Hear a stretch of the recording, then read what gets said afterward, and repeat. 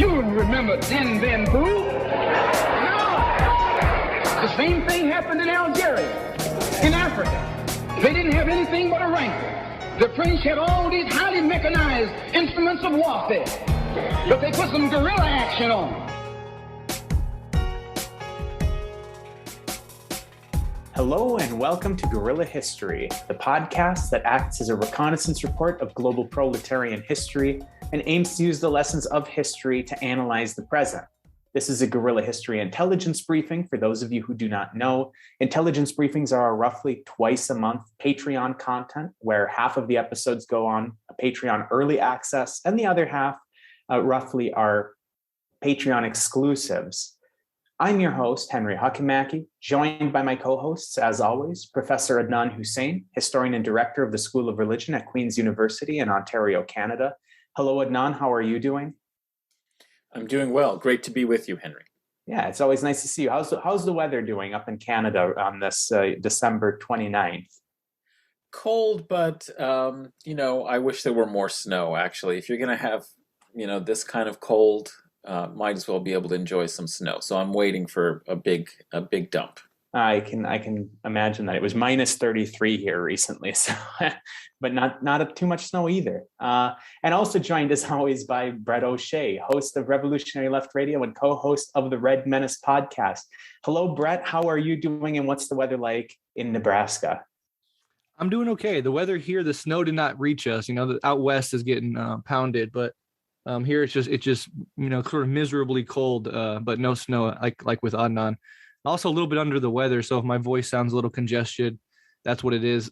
We didn't know if it was COVID, so we ran around, but 2 years into the pandemic, for some reason, the United States still does not have readily accessible tests. I mean, just absolutely insane that Biden ran on the idea that he was going to be the competent leadership to handle the pandemic, and we can't even have access to test. But I had some friends that had some stored, and we tested the family, and we don't have COVID, so it's something else. So a common cold or whatever, but with a 1 month old, we're constantly on edge with regard to COVID. So far, no bad news. Yeah. Well, I'm really glad to hear that it's not COVID. I'm sorry to hear that you're under the weather, but I will assure you that even at your worst, your voice is still much more pleasant than mine at my best. So the listeners won't be too disappointed today. Don't worry. Okay, listeners, as you can hear, we're in a little bit of a more laid back mood. And that's because today we're doing a bit of I say it's going to be a fun episode, but a lot of what we talk about is not really going to be fun topics. We're doing our 2021 year in review. And that's not to say we're going to be reviewing what we've talked about this year. We're going to be talking about the big things that happened in 2021 that either will have some impact historically. This is a history podcast. When we look back in the future to 2021, we say, wow, that event really had some historical impact on today. Or perhaps, as Adnan was talking about before we hit record, these things had these historical, they had historical impacts from the past playing into them that kind of came to a head in 2021. So we'll have a couple of different tracks here. Guys, when we decided that we were going to do a 2021 in review, was there anything that jumped to your head immediately? I guess we'll start with Breht. We don't have to go too deep right away, but was there anything that immediately hit you 2021?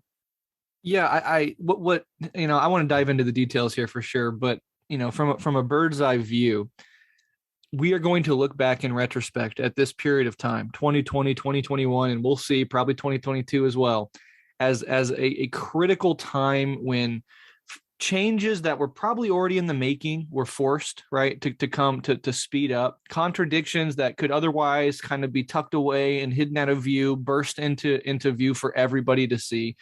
And we're living through it. And, a classic insight of Marxism and historical materialism, it's very hard to understand within the fog of the present moment, what you're actually living through. I think Marxism gives us the best ability to analyze the present as it develops. But as with everything, retrospect brings clarity. And I think I don't even think that the most insightful of us fully appreciate the ways that these last couple of years are going to shape the rest of our lives, for better or worse.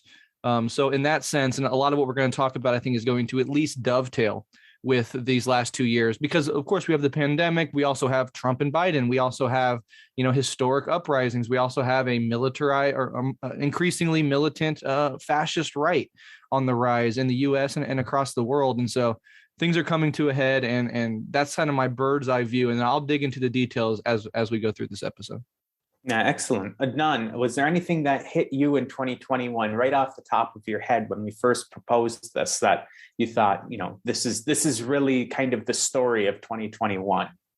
Well, I guess I agree with Breht that while there are a lot of particular events that perhaps some of which we will talk about, that my overall sense of 2021 is really the exacerbation of processes that were underway when it came to inequality, U.S. imperialism, how that's operating in the world, the disastrous consequences really of almost 2 years under the pandemic and responses to the pandemic have really accelerated a lot of things that I think were already underway in terms of techno, kind of dominance of new forms of capitalism, using social media and technology.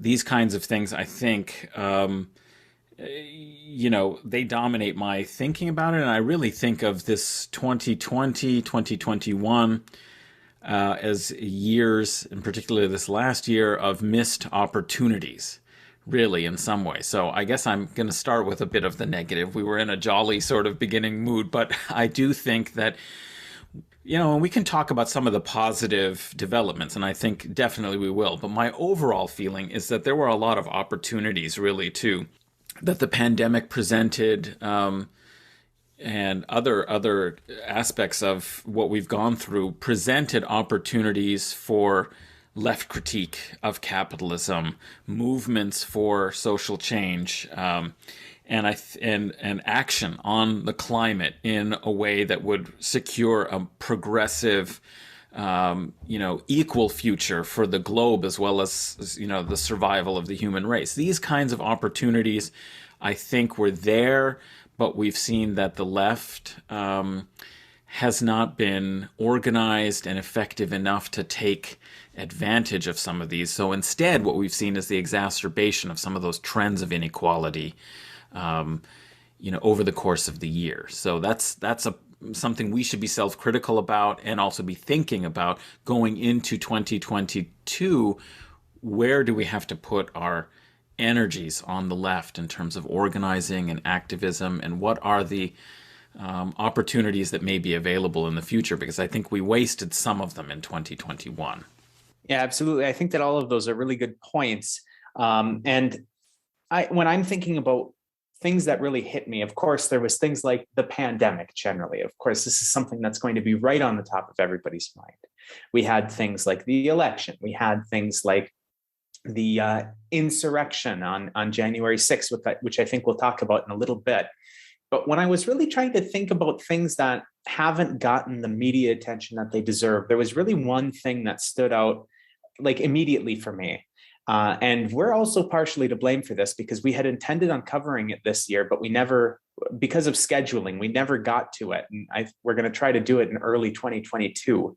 And that's the farmers' protests, the farmers' revolt in India as a response to the farm bills that were being put in place. So if individuals are not aware of what the farmers' protests were, there was 3 farm bills that were going into place in India that were very, very anti-farmer and anti-worker generally, which prompted this absolutely massive protests, like hundreds and hundreds of thousands of people protesting, including general strikes across India.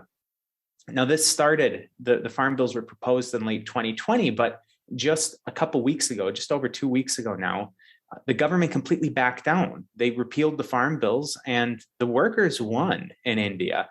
So this is a really historic event, having such a huge number of people and a general strike across the country and getting basically all of the demands that they wanted. Really historic. But when we look at the media coverage, even when I was looking at lists of things that were happening in 2021 to jog my memory, this wasn't on a lot of lists because it challenges that the neoliberal order and the neoliberal consensus that the people at the top are the ones that are dictating what's happening in society. In India, we saw that when the workers come together, when the workers strike, when the workers have actions together, they can actually win. Now, the other reason that it came to mind immediately is because, like I said, we've been hoping to talk about it for a couple months now. But scheduling just has prevented it. So that's on us. And we're going to try to get to that in early 2022 with a couple of guests. I've talked about it on David Feldman's show. I've had Ashok Kumar, who's a professor at Birkbeck University, talk about it on there. But we'll cover it on Guerrilla History in early 2022 for sure, because it is an absolutely massive event that I think deserves a lot more coverage. Guys, if you have anything that you want to say on that, or if you want to start jumping into the events that you want to start analyzing, feel free to just jump right in. Yeah, I'd also add to that, the worker sort of, I mean, not to the same size and degree, but the worker uprising here in the United States also got a similar level of like ignoring from the mainstream media. And it's very obvious why, right? These mainstream media outlets are huge corporations. And they have a vested interest in sort of maintaining the status quo, which is neoliberalism, which is keeping workers desperate, riddled with debt, not even showing them that other workers around the country are engaging in these sorts of actions. They would rather cover silly stuff about Trump and Russiagate than they would about this historic uprising, at least in the last several decades, of workers. And still, it's tiny, right? It's not going to radically change the American economy overnight, but it's a sign of something that could continue to develop. It has insane support, like these union strikes with Kellogg's, John Deere. It had support right, left, and not maybe not center, right, but on the right and the left.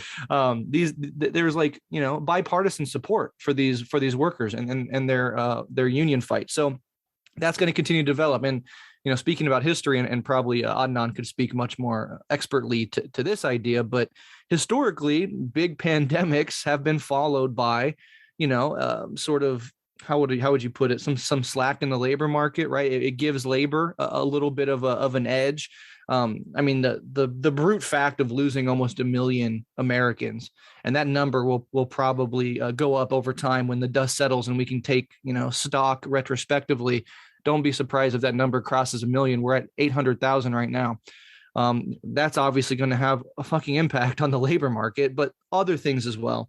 And I don't want to go into all of it because we just rehashed what we've talked about, COVID and its impacts on the economy. We've talked about that a bunch, but I'm really interested in that hooks up with what's happening in India. If for nothing else, you have like a Trump Biden right-wing presidency over there. You have Modi, obviously on the side of capital over labor, and labor's pushing back. So that's a beautiful thing. And the other thing I wanted to mention really quick, and maybe we can dive deeper into this, is just the role that Asia, and I never tire of saying this, is going to play in the 21st century.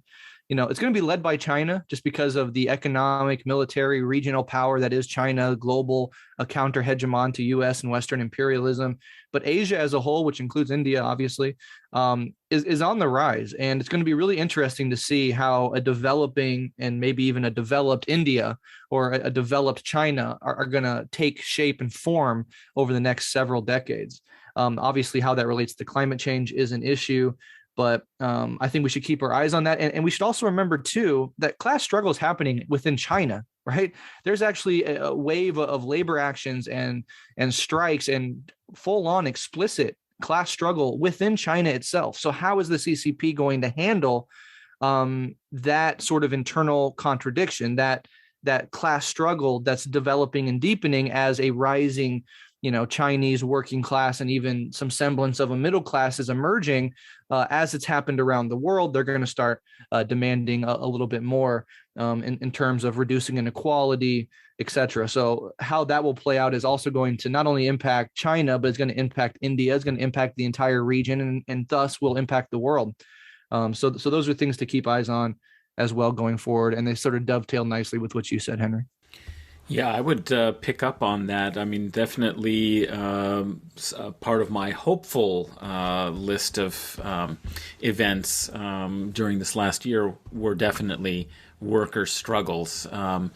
So I think, Henry, it's great that you pointed out that globally speaking, this is, has dominated, in India, the fact that there's been a full over a year now at this point. There have been constant protests that started in December of 2020, but have continued, to this day.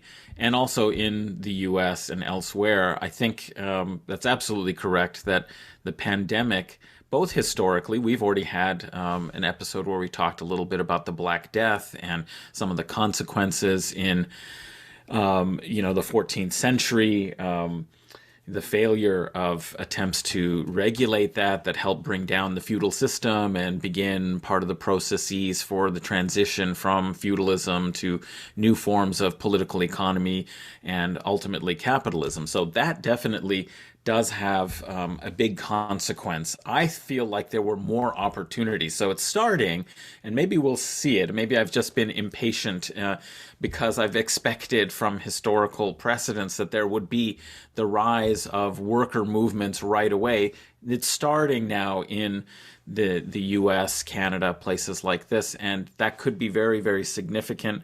The Kellogg's workers strike, John Deere, Amazon workers, and I think that's one thing that definitely has shifted in consciousness is the recognition of how much we have depended on very exploited labor working in terrible conditions during the pandemic, and that, many of the greatest vectors for spread of COVID during the pandemic have been in workplaces that are unregulated, that are unhealthy, where despite this kind of rhetoric that we all have to pull together and make sacrifices together to ensure our collective safety, that nonetheless this entire system has been depending on profit-driven just in time, processing and in supply chains and so on that are very vulnerable, but nonetheless depend on, exploited workers. And I think there's been a lot of sympathy and consciousness about that I hope and expect will be driving, workers' movements that might be more successful because, as Breht pointed out, there is sympathy on the right and the left. That, however, seems to me the big challenge, the big missed opportunities of the left in 2021 is really framing the narrative, about post-pandemic and about what the pandemic has been causing and how it could be different in terms of equalizing, possibilities for liberation. It seems that the energy, the discursive critique that has been more powerful has been the right against the vaccine mandates, against, corporate elites exploiting and, benefiting.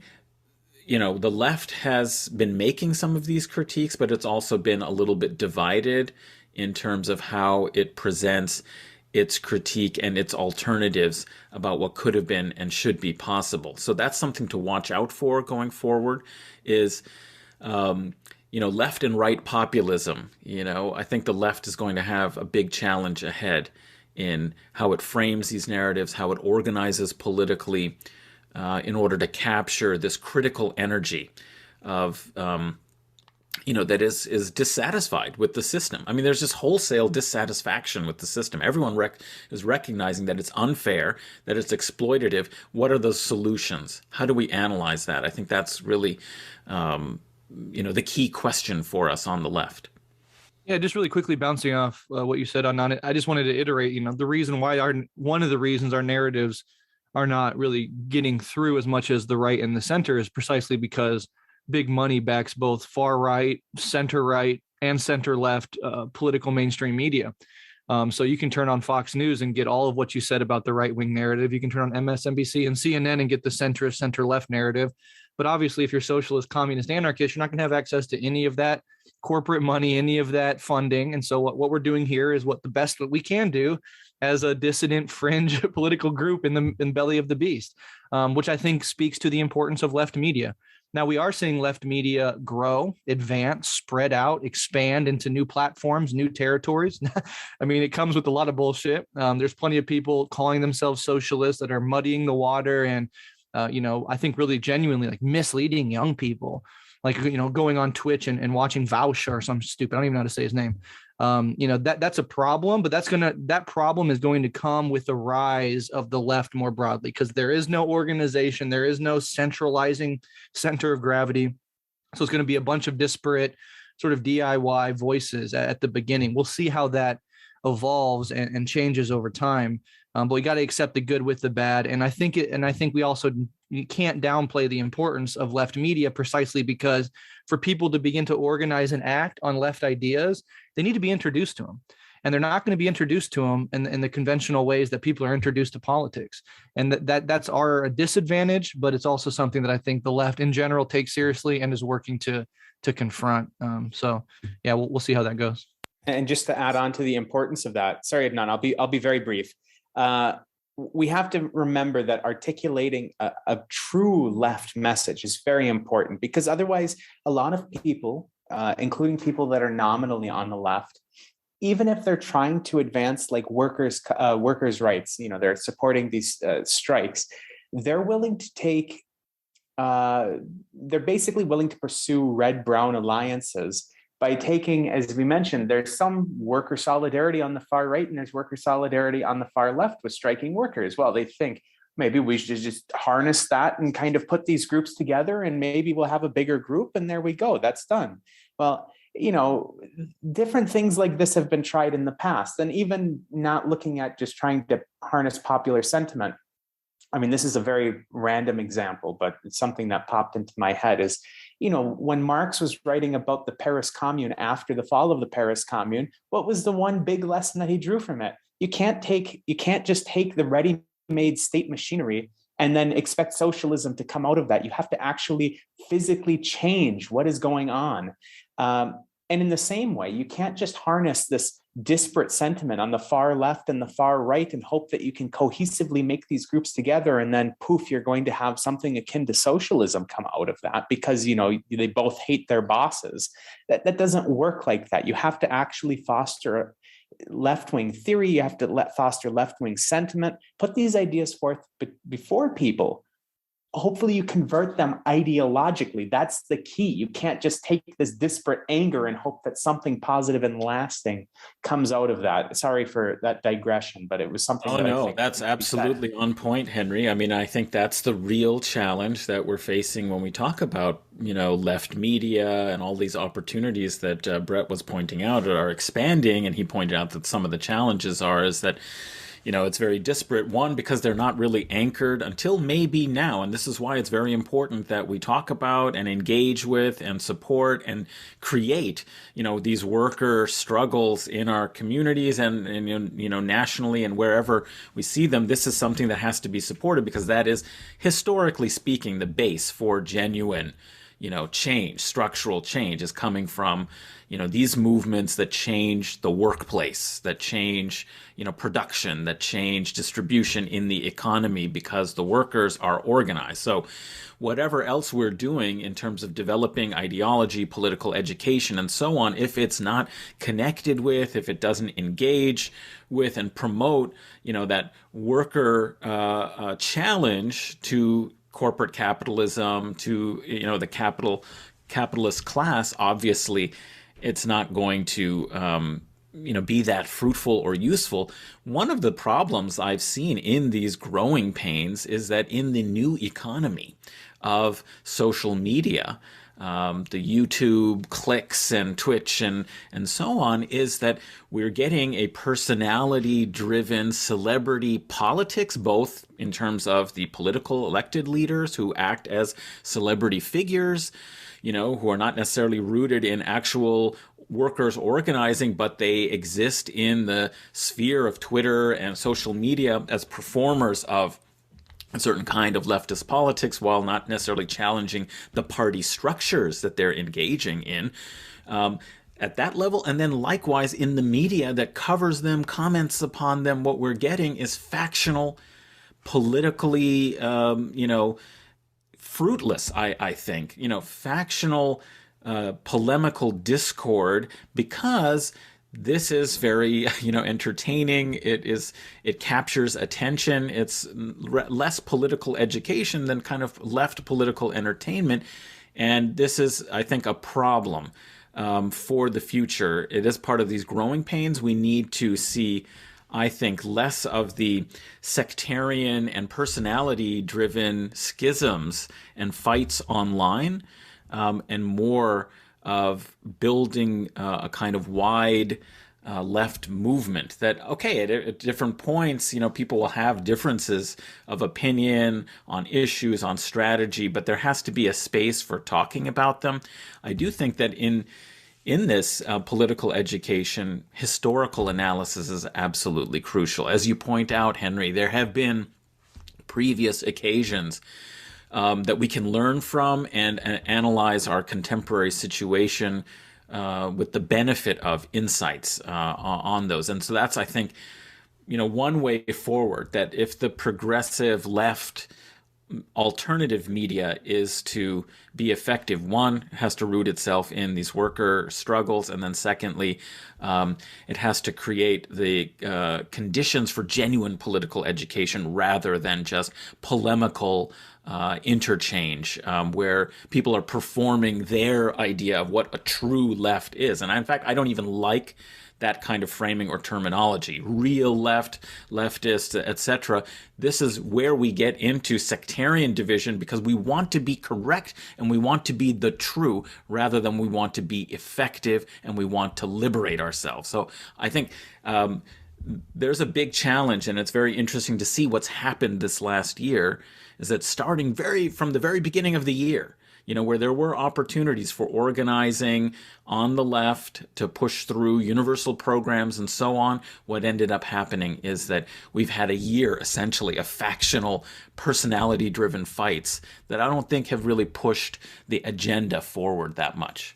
Yeah, I just wanted to mention I think both of you kind of alluded to, but Henry put on the table this idea of the Red-Brown Alliance, and there's people on the left repeating this mistake. And I think this harkens back to a core lesson that Mao and Maoist dialectics teaches us, right?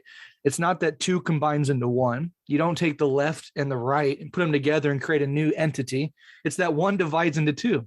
You have the left, and we have to line struggle and become principled in that. And in those divisions and those line struggles, you're gonna have actually divisions within that singular entity that we call the left, which is obviously very unhelpful for obvious reasons. So I think that's just interesting to keep in mind, and totally undermines this idea that there's anything to really gain by, especially the far right.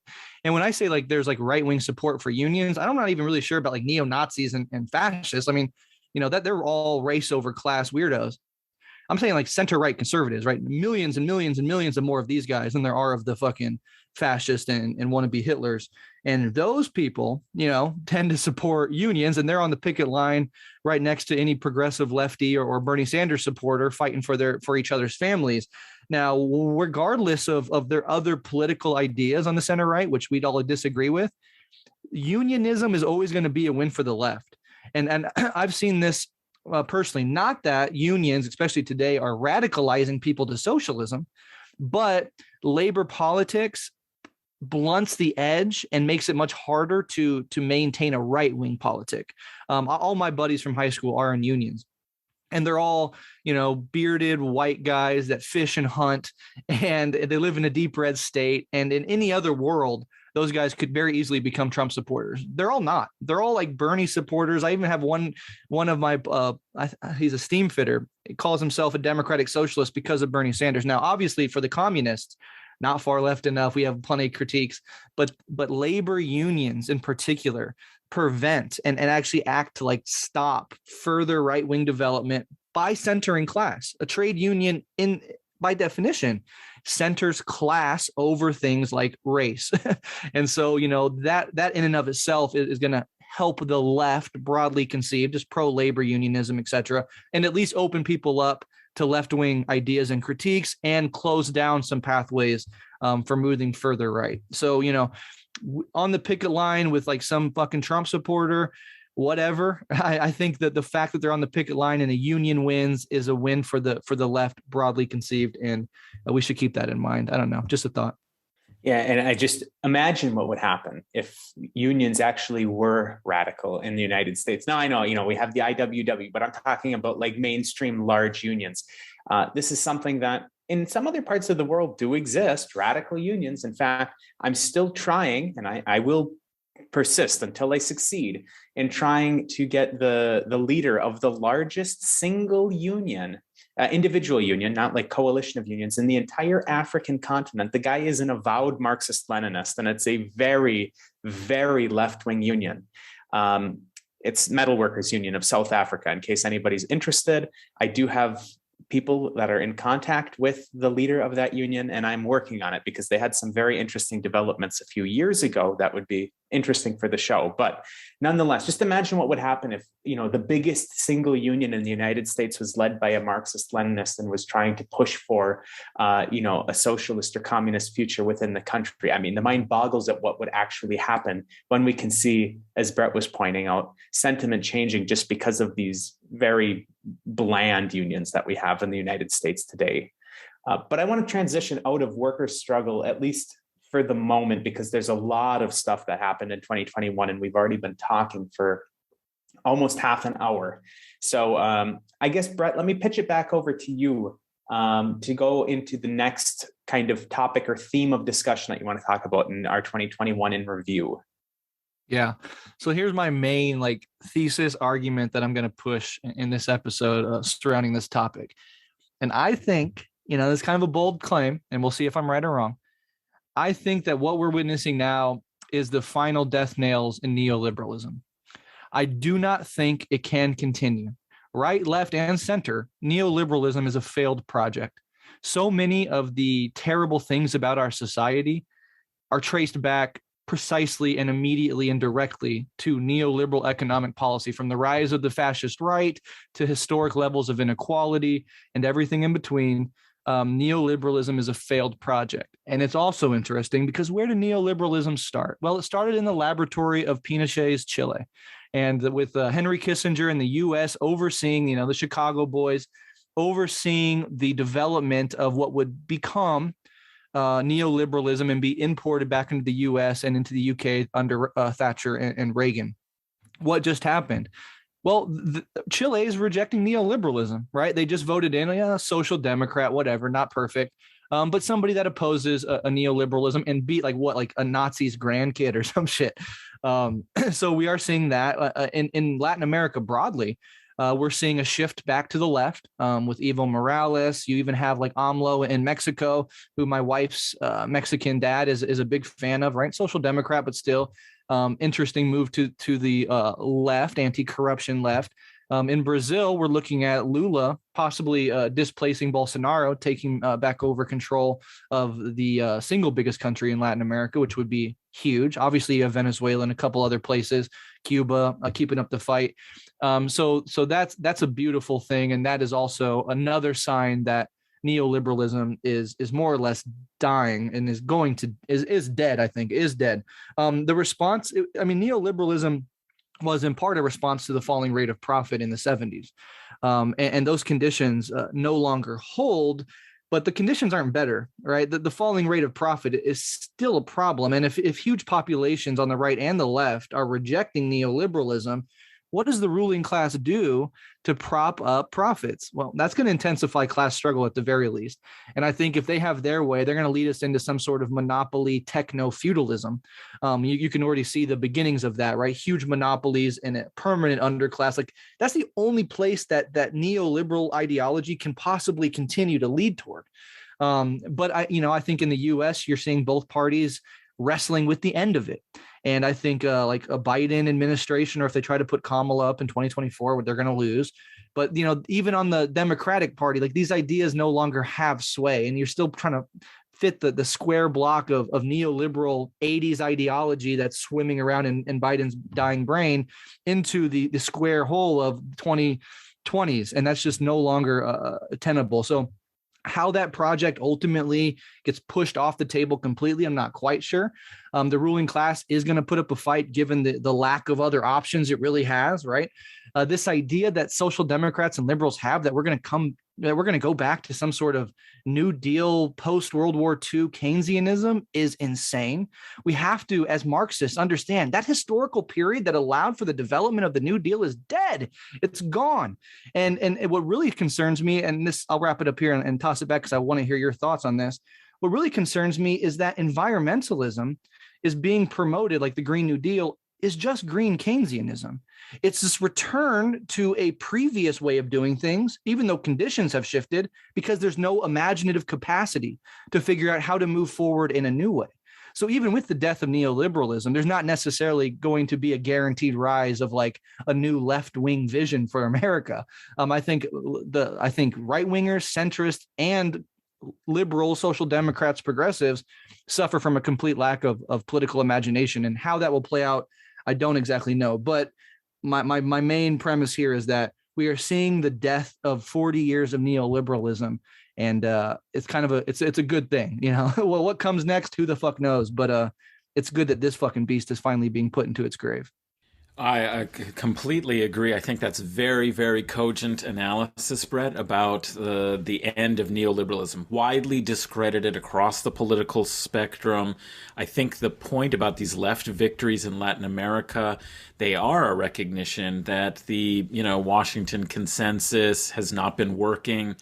And, we saw a left wave in the late 2000s, and that was when the U.S. was fully wrapped up in the war in Iraq and continuing occupation in Afghanistan, and all of its kind of efforts in the global war on terrorism were focused in a particular direction, and it opened up possibilities for left populist victories in the traditional home for U.S. empire, which was in Central and Latin America and Caribbean.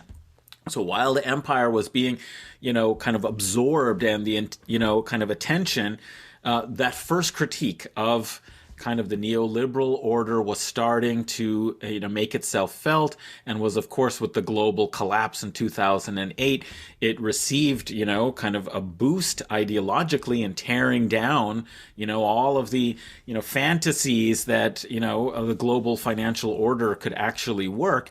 But there was a right word, counter-reaction, clamp down. They got rid of Lula. They managed to create this sort of corruption discourse and only target, Lula, under it. And we saw that there was a attempt at a rollback. And of course, with the U.S. pulling out of the, Afghanistan, which is, of course, another major event that we could talk about here as significant, not because it itself in that moment was so significant, but because it took so long for the unfolding of what was evidently the weakness of the U.S. attempts to occupy and control the Middle East, did tremendous damage in the region. Let's be honest about that. And we could talk a lot about that, but nonetheless, it was not able to really genuinely achieve its goals and create the sorts of regimes that it could, work out this new system of the rules-based international order, which is what we're hearing about a lot here in 2020, 2021, with all of these paeans for the threats to liberal democracy that need to be, countered. Well, it's not been working very well. And obviously, the end of the U.S. involvement in Afghanistan is a product of struggle, against U.S. empire on the ground, the overreach, imperial overreach. And maybe in some sense, that has also created more of these openings, along with the pandemic, for these opportunities in Latin America, where the neoliberal order is really kind of dead now.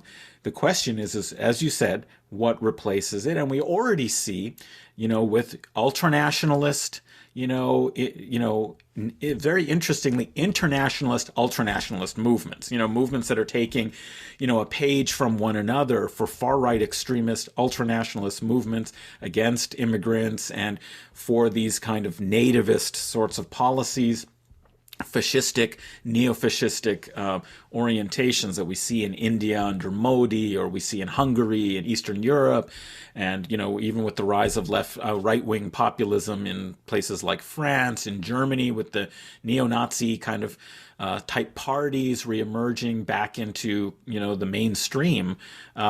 So that is definitely happening, and I think Paul Mason had a very interesting examination of Wilhelm Reich's ideas. So what's the psychology, of fascism? And he was sort of turning to Erich Fromm's ideas. Very interesting lecture that he gave, and he sort of argued that what we're witnessing is the dissolution of neoliberal personality. That's what's kind of happening. That's no longer credible. And so there are the emergence of this neo-fascistic kind of orientation, sort of socio-psychology. I think that is one thing that we're seeing. I think the other orientation that we're seeing is wokeism. I think this will be interesting. There's a couple of interesting articles recently, one by a kind of sort of center-right, figure in Bloomberg News, where he, this guy, what's his name? I'm looking up Tyler Cohen, and it's a fairly recent article from earlier this fall, where he basically talks about how, wokeism is going to go global. And what I would argue, he sees this as a potentially positive. He doesn't like it, but he sees it as potentially positive. It's going to replace the neoconservatism, which was a uniquely American ideology of how it should dominate and spread the American model around the world, and that this is an analogous kind of ideological movement, and that while it's not great, it's much better than these far-right alternatives, and of course any of these left ones, which you can't really understand and characterize. What I would say is that this wokeism seems like it is sort of the ideology potentially here of the global progressive professional managerial class under this latest iteration of that techno feudalist capitalism that you were alluding to. This is sort of how it could be conceivably managed, is through an ideology of trying to spread a certain form of wokeism that there is counter-reaction against. You see in France, for example, they're upset with like the importing of post-colonialism. The education minister himself said that we're going to have inquests in people who are teaching post-colonialism and race, because this is all a North American importation ideologically that's undermining the fabric of France, right? So there are going to be reactions, but this is sort of a potentially globalizing ideology to reinforce and at least to keep integrated the managerial class for this sort of techno-feudalism that capitalism seems to be metamorphosizing into. So anyway, that's just I had been thinking of talking about that, and it just perfectly fit with what you mentioned, Breht. Yeah, so let me just say something quickly in regards to wokeism. Not in terms of analysis myself, but I want to point the listeners in a direction that they can look to if they want an analysis by some people that I respect greatly. I have two of my comrades. Many listeners may know them, Dr. Charisse Burden-Stelly and Dr. Layla Brown, who are two Black Pan-Africanist communist scholars, absolutely brilliant. I've interviewed both of them before in different venues, chat to them periodically, absolutely fantastic. And they have their own show called The Last Dope Intellectual. If you want a Black Pan-Africanist communist perspective on things, you should definitely check out the show. It's very, very interesting, very informative, and very fun. But about 2 or 3 episodes ago, I would say, they had a somewhat in-depth discussion of wokeism on the show. And it was a quite interesting discussion. So without, saying what they said on the show, I can just direct you to the show and tell you to listen to it. Share the love from Guerrilla History with those two comrades of ours. Breht, I know you have something that you want to say on this, so I'll let you hop in here before I hit my next point. Yeah, thank you. One tiny thing about what Adnan just said before we move on. Obviously, I don't know what they say on the show. Wokeism fucking sucks. This is the term. I hate it so much. Like, and it's a kind of a tragedy because woke started as like an inter-black, slang term for a certain person that had a socially and politically developed consciousness. And then you hear like old white boomers, like, I think Joe Rogan's Gen X or whatever, but all these weirdos talking about wokeism and like just the worst fucking people using the term. I think for the left, I think we should try to not use that term, for various reasons, and instead replace it with what I think is a more precise term, which is identity reductionism, because that's the real liberal play here. And we can already see it. We've seen it develop over the last several years. It is what you're saying, Adnan. It's just a matter of like quibbling over an abstract term. But Agreed completely. I'm just riffing off of the term that they've been circulating in their sort of internal dialogues here. Yes, absolutely. Without a doubt. But we can see that with we can see with corporations. We can see with the industrial, military industrial complex. We can see with Israel using feminism and veganism to advance a fascistic apartheid politic. And so, that allows a regressive, right-wing, brutally bloody system to dress itself up in the garb of like inclusion. And, liberals are eating this up. Young people coming up are eating this up. And what happens is two things. One, that identity is, and we've seen it already, weaponized immediately against an anti-imperialist and class politic. You can see like, we can't vote for Corbyn. He's an anti-Semite. They even try to pin Bernie Sanders as an anti-Semite when other things weren't quite sticking, right? Sexist. What are you? You're a racist because you think we should get out of this country or whatever. They're going to keep doing it. It's very cynical. So that's one thing that they've been doing. They're going to try. I don't think it's going to be successful. I think people are getting sick of it. People, even on the left, that understand there's a place for this stuff, like inclusion and pointing out different identities have different experiences and different forms of oppression. But we know you have to marry it to a class and anti-imperialist politic or it's fucking meaningless. And one of the other unintended consequences is that it intensifies the identity politics of the right, particularly in a political system like our own, where the politics doesn't work to change your material conditions. No matter who you vote for, your material conditions are more or less gonna stay the same. And so politics becomes culture war and identity and ephemera. And so with the assertion of this liberal identity reduction comes necessarily this white identity fascistic response to that. And so for the left, the communist socialist left, we should be emphasizing anti-imperialist and class politics. The right doesn't have a response to that stuff, not in any substantive way. They do have a response to identity reductionism. We're identity reductionists too. We're white Christian nationalists. Fuck you. They don't have a response to a really sincere, well-articulated class and anti-imperialist politic. We have to keep pushing that without becoming reactionary against identities, right? Like we don't want to fall into this trap you see some quote unquote leftists fall into, where then they start becoming, we're anti-woke leftists. Like it's so fucking nauseating, all around. It's nauseating to hear this stuff. So I just don't think that that's going to particularly work long-term, which gives us an opening, because the white identity politics of the right also is rudderless, also offers no way forward, also is completely visionless, and is all about feelings and vibes and aesthetics and how does Trump make me feel as a white reactionary and all this nonsense.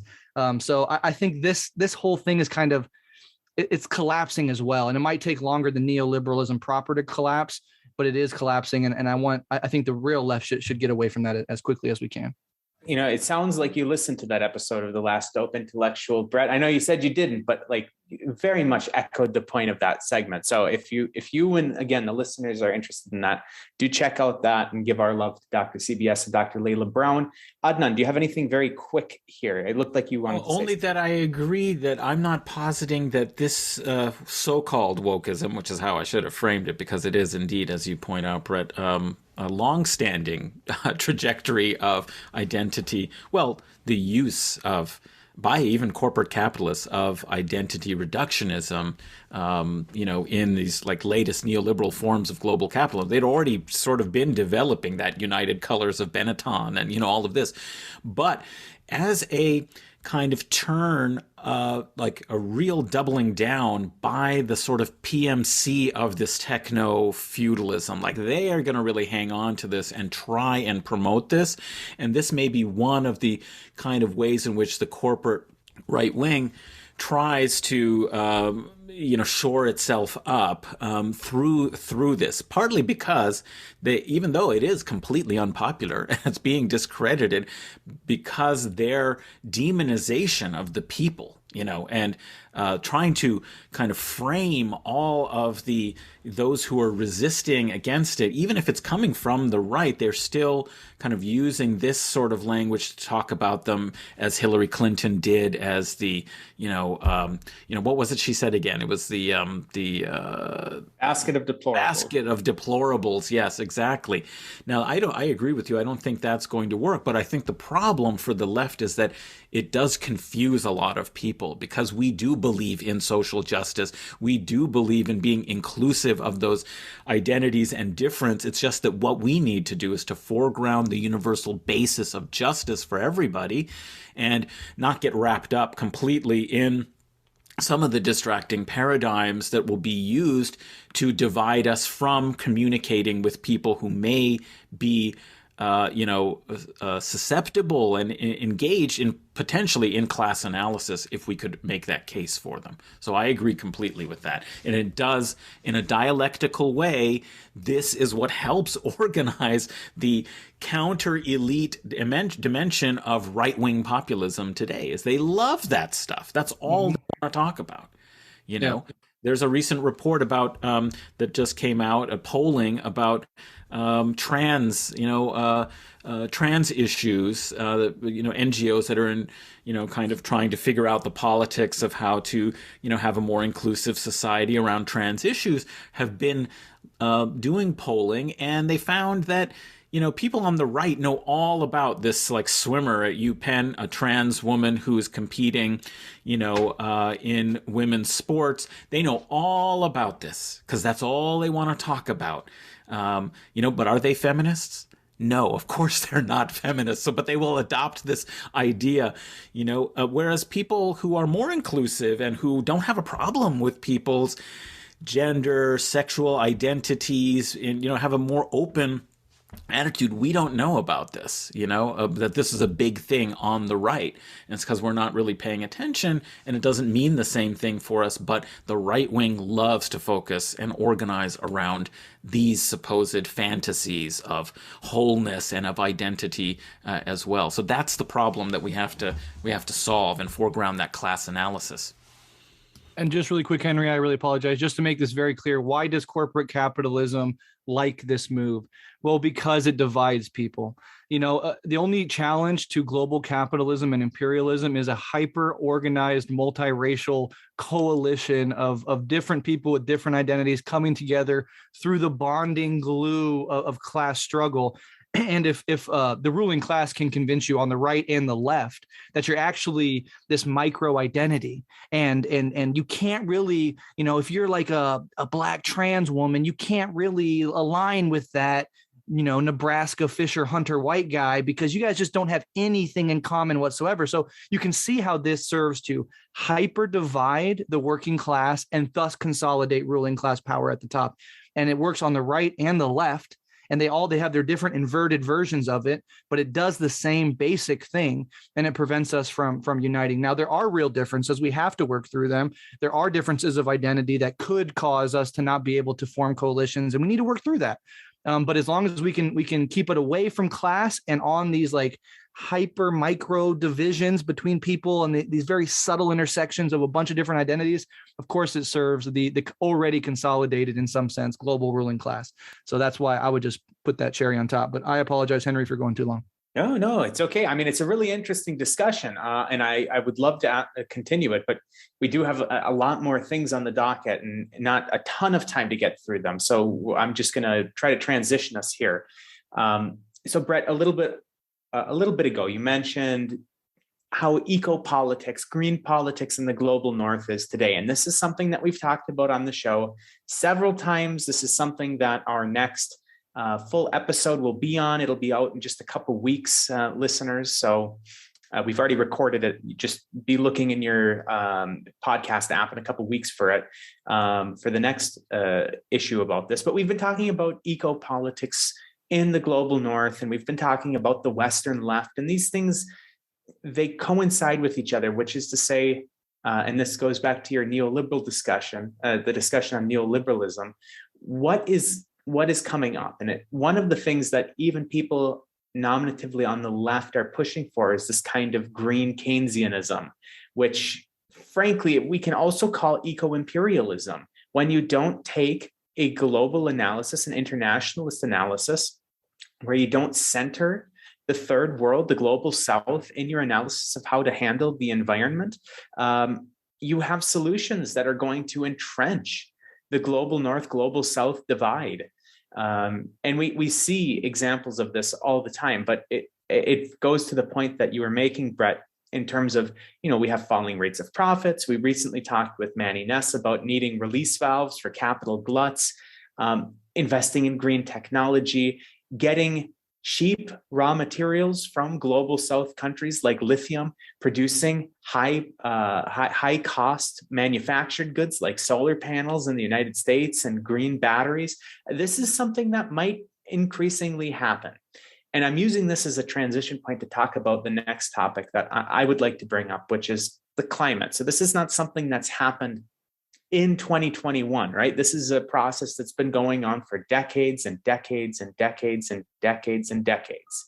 But what we can see is that we've had some developments even on the climate front this year. We had COP26, the biggest conference that we've had on the climate in the last 5 years. And what came out of it? Not much. I mean, it was just about nothing came out of COP26. Listeners, I will direct you to, this is like my main job here, is telling listeners where to look for things. Look back a few episodes ago, Adnan hosted an excellent interview with Vijay Prashad and Chris Saltmarsh talking about COP26 and the failure of COP26 and taking a global perspective of the failure of COP26. Also, Breht has interviewed Max Eil on A People's Green New Deal on Rev Left. Max, I've interviewed as well. He's a comrade of mine, somebody who everybody needs to follow. Everybody needs to listen to what he says, read what he writes. You don't have to take everything on board, but I find his analysis to be one of the most incisive and one of the ones that foregrounds the global south the most. But we see that we have these failures coming right down the pike with regards to the climate. We have deals that need to be done that are not being done. We have thresholds that need to be the absolute maximum that are already being exceeded. We see things like, and this is something, if it was happening in a place that people in the US actually cared about, not talking about listeners of this show, obviously, but the average American, it would be in the news all the time. Madagascar has been in a drought for 4 years. There's villages and actually some cities in Madagascar where they haven't had a single proper rainfall in 4 years at this point. Over 20% of the population is in dire need of emergency food and water supplies because there is absolutely nothing that can grow in Madagascar right now. But we don't even hear about it because the climate disasters are everywhere. There's no real pictures that you can show people to make them care about this in the United States. How many kids can you see that are malnourished? Putting the band around their arm to see how malnourished they are. Will it take for Americans to have it really sink into their heads? It's not as sexy as seeing the, Greece on fire and the people on the boat taking a picture of it. I mean, that was a little bit more of a striking image. But even then, we have these striking images of absolute climate disaster, and we have things closer to home. We have tornadoes, we have hurricanes, we have floods, we have droughts, we have fires in the West, we have heat domes. We've got all kinds of disasters hitting the United States, hitting Canada, hitting the global North more generally. We had floods in Germany. We had floods in here in Russia and Crimea. We had all of these disasters, and yet when the leaders get together at their best opportunity to try to put something on the table in 5 years at a point where things are more dire than they've ever been, we get nada out of that meeting. We get absolutely nothing. And this is something that in 2021 really came to a head, at least in my mind, because this has been a process that's been going on for decades, as I said. This is something that we've been needing to fight for decades, as I've said. This is something that we've taken menial steps towards ameliorating for decades. But the time to act, the time to act is long past. But this is really one of the last big opportunities that we've had to try to put some substantial stops on things, and we failed. We failed miserably. So I know we were in a very happy mood at the beginning of the conversation, but here's Henry's typical rant per episode right now. So guys, I know that we've been talking about the climate a lot on the show. Listeners can go back through our past episodes. They can look at the next episode that'll come out as well. We've talked about the climate quite a bit, but I think it's worth just at least touching on before we get into our, final topics that we want to talk about in our 2021 in review. Sure, I can start this off. Just to say, we've talked about this so much. I think it's important to talk about. We have to filter all of our political thinking through the distorted prism of climate change, because that's going to shape everything. And I think it's at the point now where just face the facts. We're not going to prevent anything. We're not mitigating anything. I mean, maybe we can mitigate, a 4-degree warming planet and keep it closer to 2.7 or 3 degrees. But the idea that we're going to get anywhere close to 1.5 is off the table. We had to act a decade ago to even approach that. The 2-degree mark now is the realistic, best case scenario to stay under. And honestly, totally honest, we're going to blow past that. There's just no way that we're going to get the global cooperation and the time needed to do the things needed, blah, blah, blah.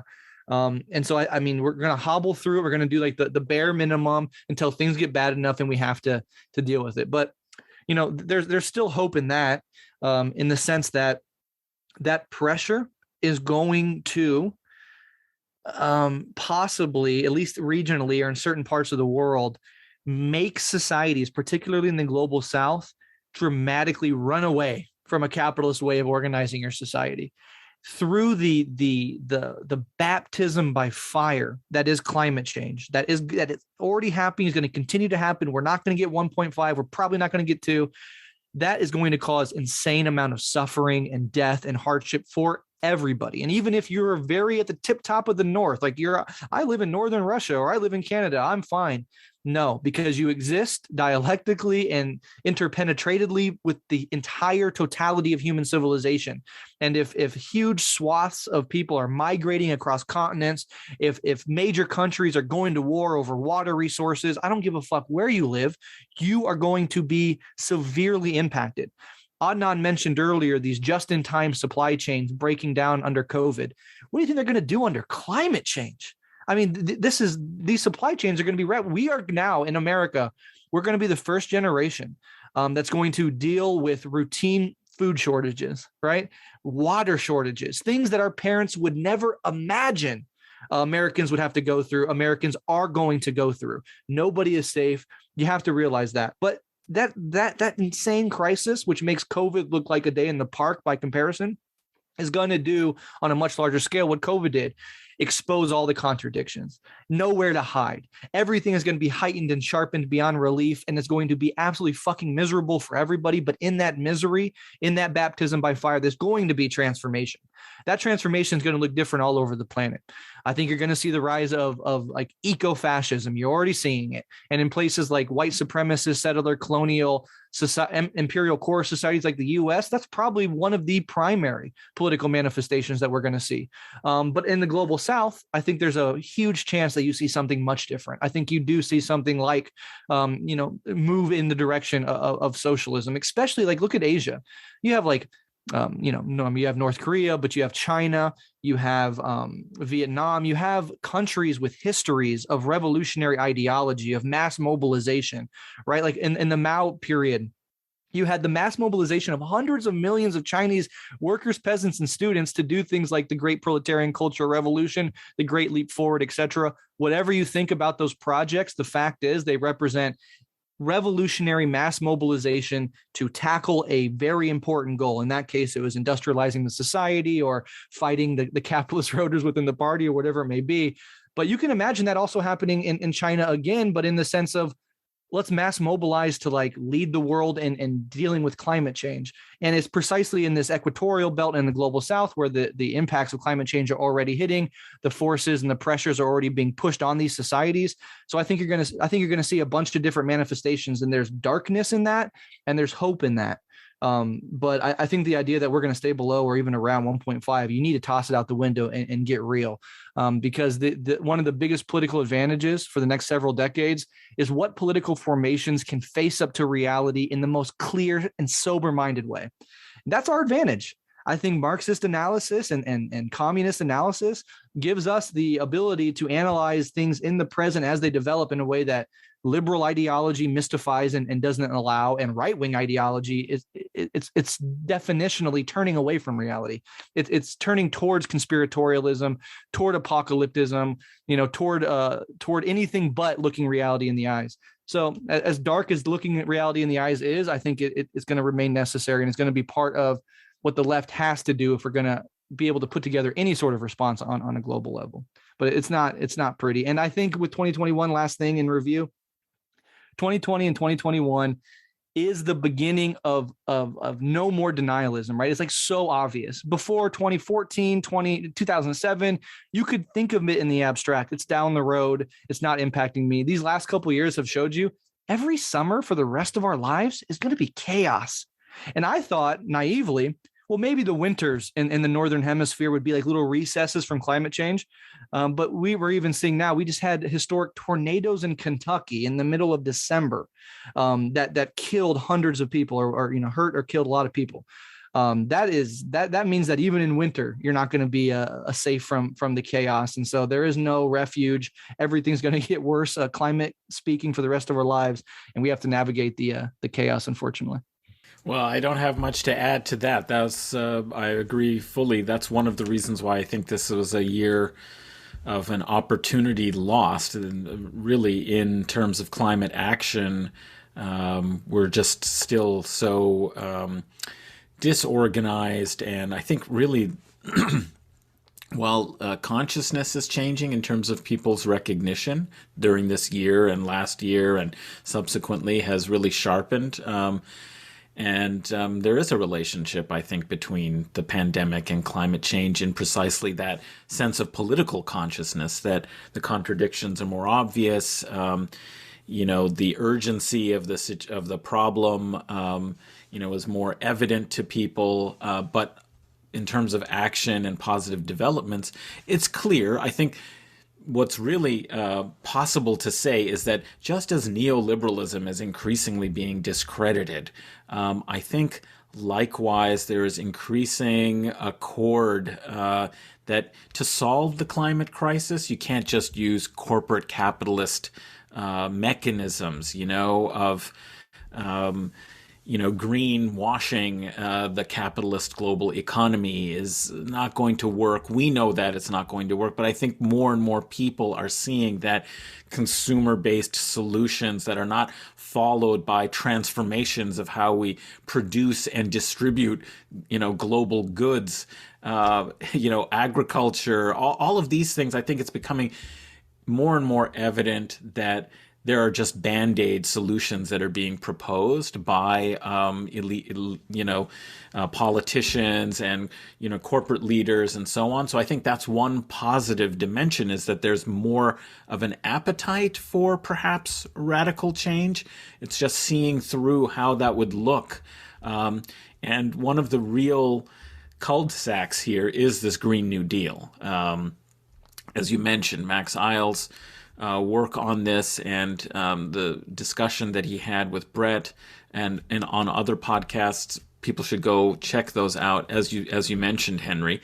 But I think what is really evident this year is that this is not going to happen without global South organizing, and solidarity with that, with those organizers, from the global North. So if people are concerned or interested with, what we can do, maybe it's less trying to get the Green New Deal through in kind of the U.S. Congress and talking about that, if you're in like the U.S. Imperial Core, but actually working for solidarity with the demands that have been made by the global South that include reparations for the disastrous harms of the carbon debt that we have incurred with our form of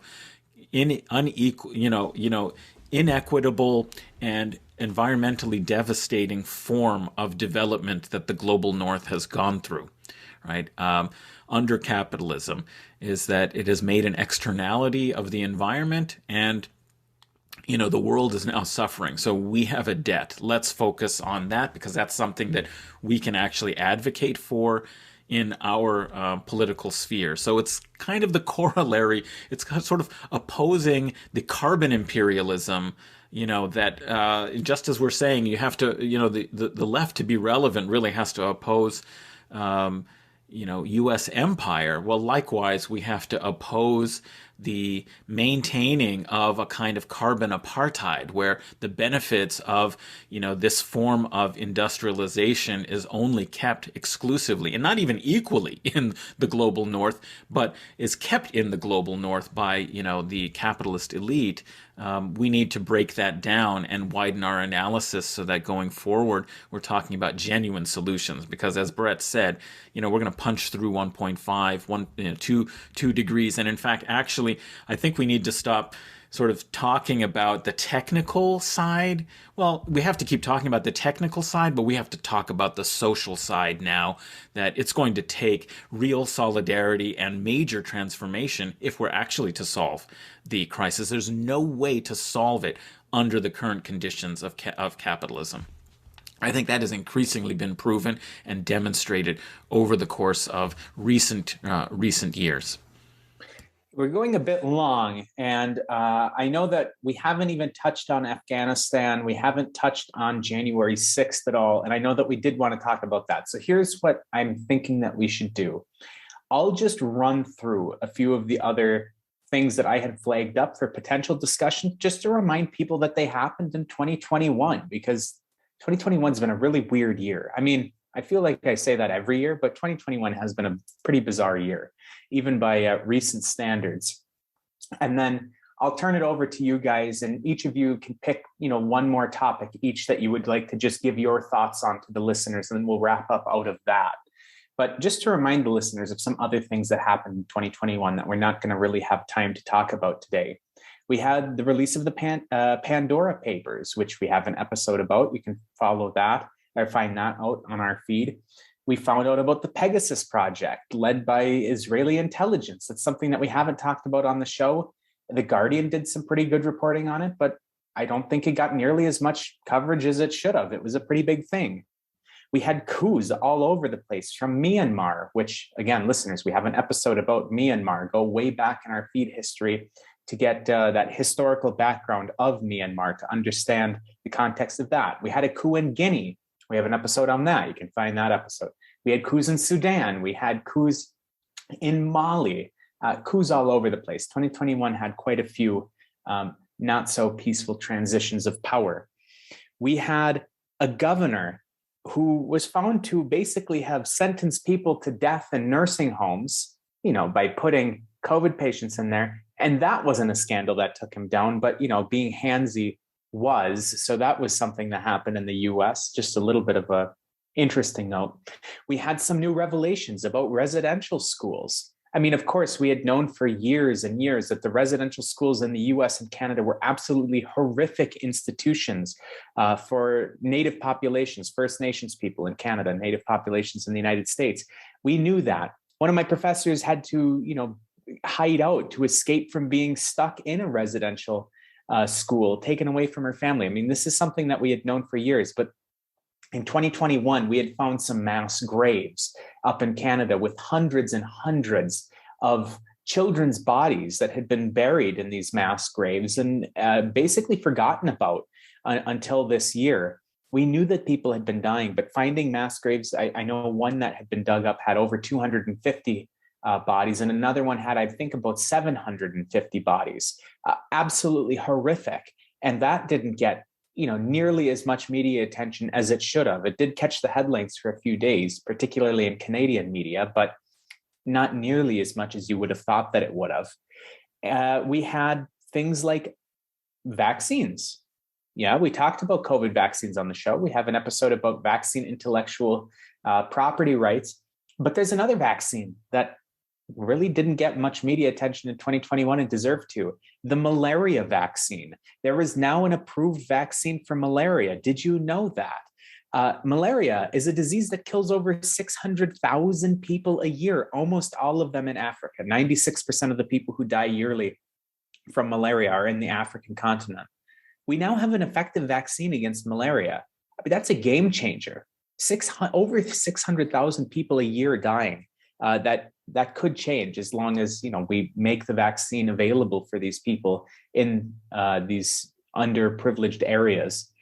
2021 was a very interesting year. I have even more things listed, but I guess that I'll wrap up there by just saying that it was a very fun conversation that I had the opportunity to talk with you guys. And I'll turn it over to each of you now to kind of give your final thoughts on one final topic. Sure. Yeah. So I'm not going to follow your rules, Henry. Unfortunately, I have 3 things to say, and that's it. But I'll combine them. They're not rules. It was an idea. It's an idea. We're all equal partners here, so feel free to countermand me on anything. All right. Yeah, I'll be quick about it too. Just bouncing off a couple points on the climate thing. One is the green Keynesian idea. We could talk way more about that. We could spend a long time about that. Just know though that green Keynesianism is still capitalism, right? And so if you have a conviction that capitalism is at the core of the problem, green Keynesianism doesn't solve that problem. It merely perpetuates it. So we should be critical. And of course, like Max Eil and plenty of other left thinkers are doing that work, and it's important.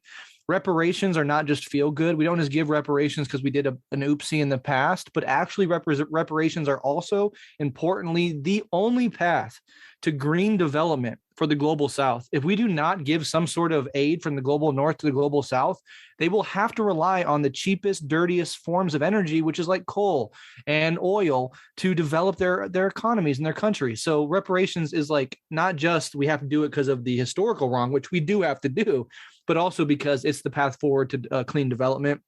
And the last thing on the climate point is like me and Allison are doing an episode on Red Menace. I think we're going to record it in a couple of days. By the time this comes out, that should probably be out already. But we're doing it on the book Climate Leviathan.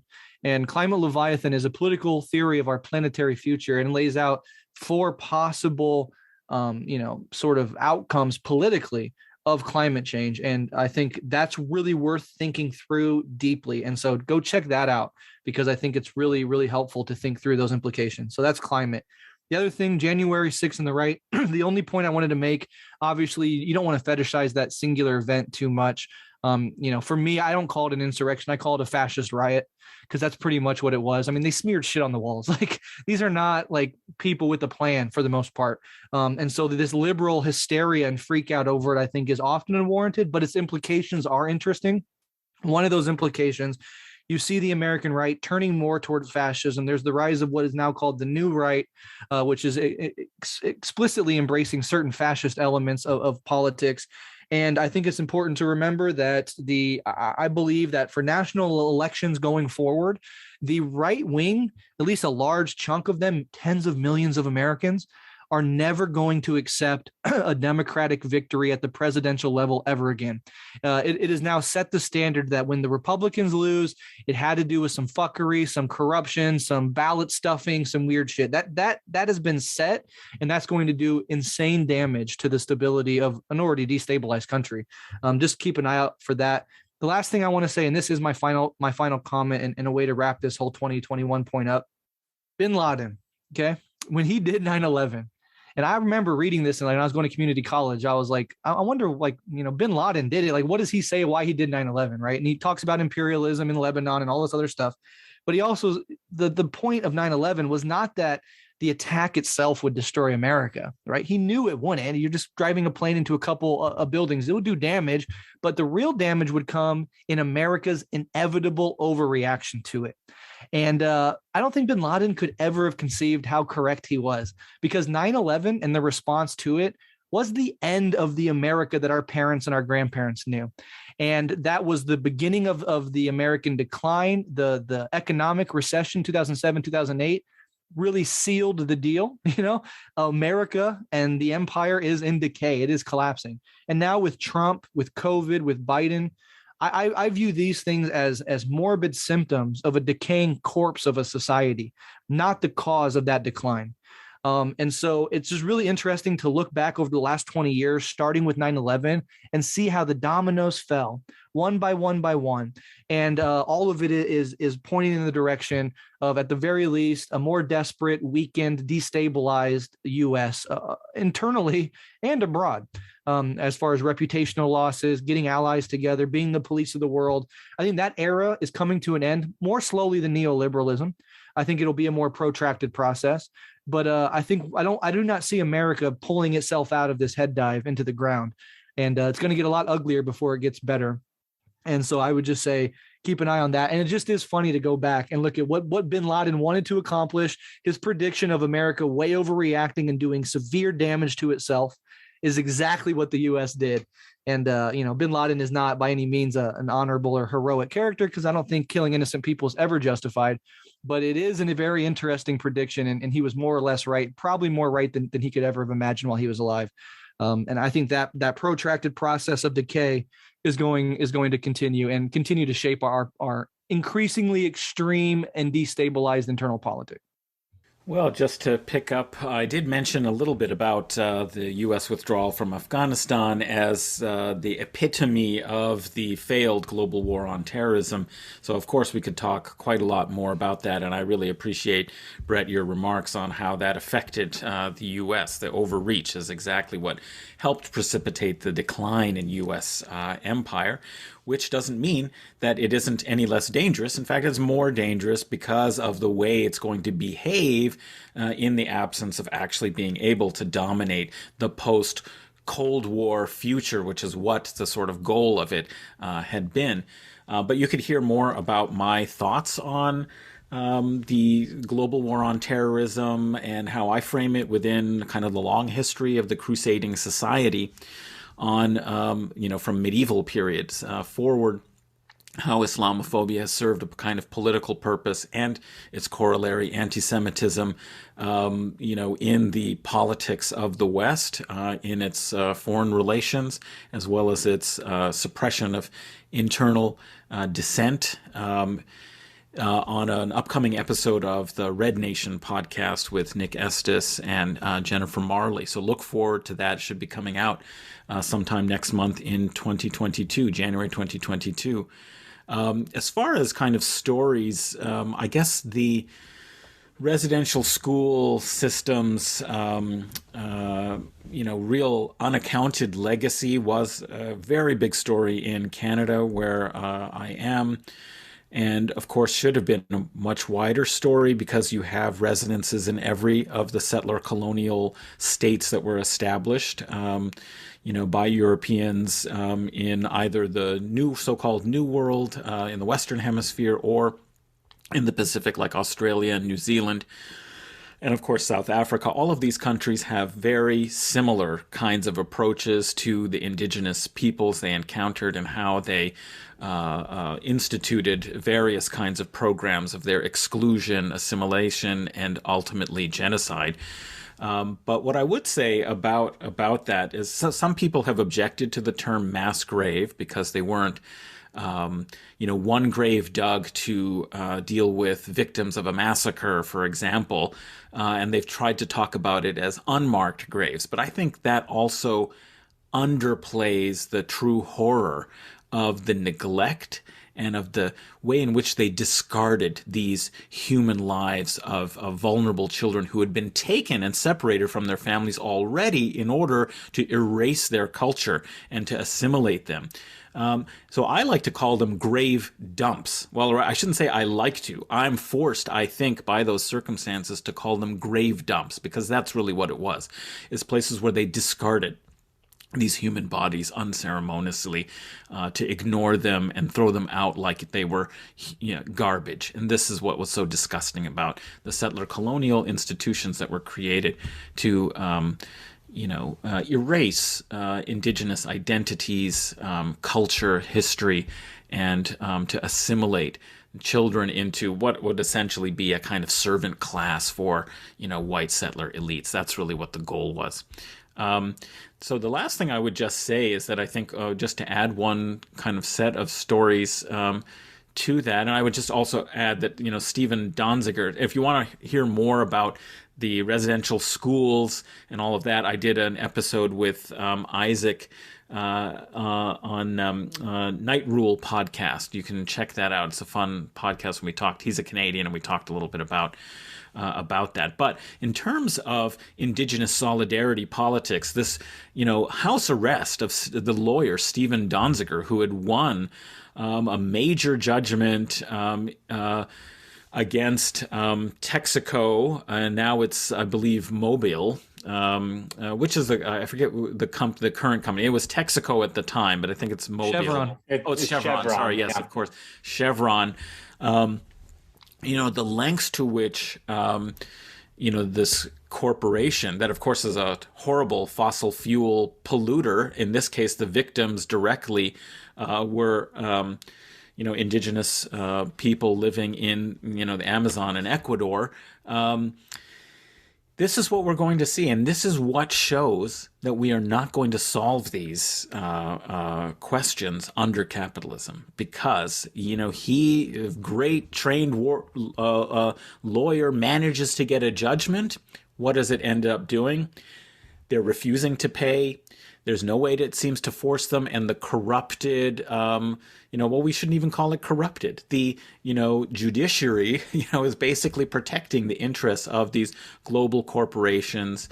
And so, you're not going to see under liberal democracies, under capitalism, the solutions that are required to protect our, precious indigenous peoples and the environment. So that's, I just wanted to highlight that was quite a stunning, that ripped, I guess, the, veil of respectability of the sort of legal and justice system and protection of rights and judicial processes. All of that was thrown aside in order to suppress one lawyer's amazing work on behalf of, indigenous struggle. And so I think that was a very important and interesting story that exposes how weak this system is and how inconsistent it will be when you actually start making victories. We have to be prepared for that, because we need many more victories, and not just in the courts, but on the ground at the grassroots level. Yeah, and I'm glad that you took back the word corrupted when you were going to say corrupted judiciary, because it's not corrupted. That was what the judiciary was intended for. That was what it was intended to do. It fulfilled its role. And in that way, it is not corrupted, even though the judgment is an absolute travesty. The charges against Stephen Donziger are an absolute travesty, but it's not corruption. It's intentional. On that note, then, listeners, we started on a very happy mood. We ended on a not so happy mood, but that was kind of what we were expecting. That's it for 2021. We're going to be releasing this on New Year's Eve, and we're looking forward to a big 2022 for Guerrilla History. We had an absolutely fantastic year. We had fantastic guests, fantastic conversations. Every time I get together with the two of you, I feel like I learned so much.